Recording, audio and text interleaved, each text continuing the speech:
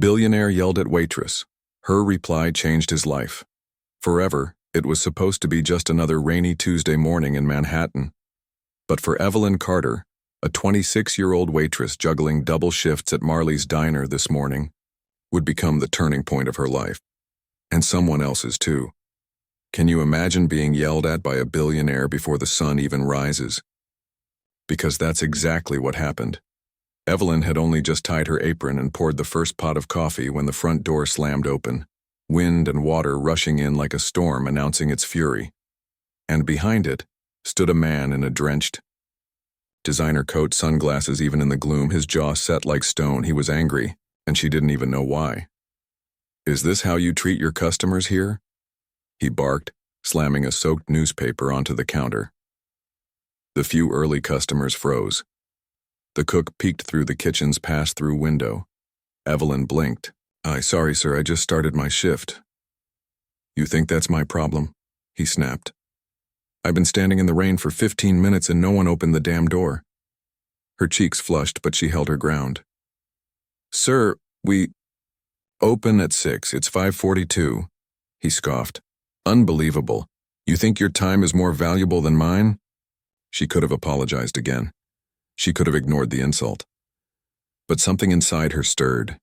Maybe it was exhaustion, or the weight of unpaid bills, or the photo in her wallet of a little boy she hadn't hugged in months because she worked 3 jobs to afford his treatments across the state.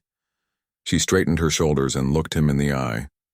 "No," she said quietly, "but I think kindness should be free, even if coffee isn't." Silence. He stared at her, stunned.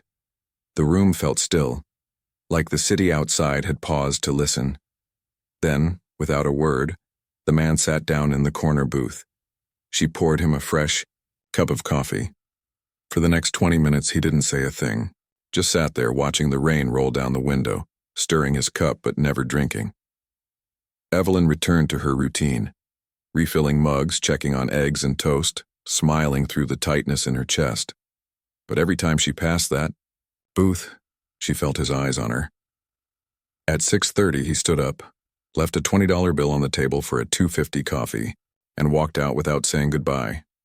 She thought that would be the end of it. She had no idea. 2 days later, Evelyn arrived for her afternoon shift to find the manager pacing by the counter. "There's someone here to see you," he said. "In the private room." "We don't have a private, we do now." Confused, she followed him toward what used to be the staff break room, now transformed into a makeshift lounge with fresh paint, new furniture, and, somehow, flowers on the table. And there he was, the billionaire. No coat, no sunglasses, just a man in a simple gray sweater holding a small folder in his lap. "I owe you an apology," he said before she could speak. "I was having a terrible morning. Doesn't excuse how I treated you." Evelyn folded her arms. "Apology accepted. But why are you here?" He looked down, almost embarrassed. "Because your words have been ringing in my head for 2 days. Kindness should be free. That hit me harder than anything has in years." She stayed silent. He opened the folder and slid it across the table. It was a letterhead from the Bennett Foundation for Community Kindness, an organization she'd never heard of. "I started this charity 5 years ago," he said. "For tax reasons mostly, but I realized I've never actually let it mean something. So I want to start now. With you." She opened the folder. A grant. Her name on it. A $150,000 gift. "For whatever you need. Your kid, your bills, your future. No strings." Her knees gave out and she sat without realizing she had moved. "How did you—" Her voice cracked. "I asked around. Your boss told me about your boy. I know he's sick. I also know you've never missed a shift." She covered her mouth with both hands. That night she didn't go back to work. She went to the hospital and hugged her son for the first time in weeks. But the story didn't end there. 1 week later, the billionaire returned to the diner, but not for coffee. He brought cameras and lawyers and builders, because he wasn't just giving Evelyn a grant. He was turning Marley's into a fully upgraded employee-owned cooperative diner. Every waitress, every dishwasher, every cook became part owner. And Evelyn? She became the co-director of the Bennett Foundation's new kindness initiatives, tasked with finding and funding real people making real impact, with nothing but compassion and courage in their hands. "Why me?" she asked him once. "Because you were the first person in years who told me the truth without expecting anything," he said. "And that changed everything. So here's the truth. Viewer to viewer. Sometimes, the loudest voices just need to be heard with silence.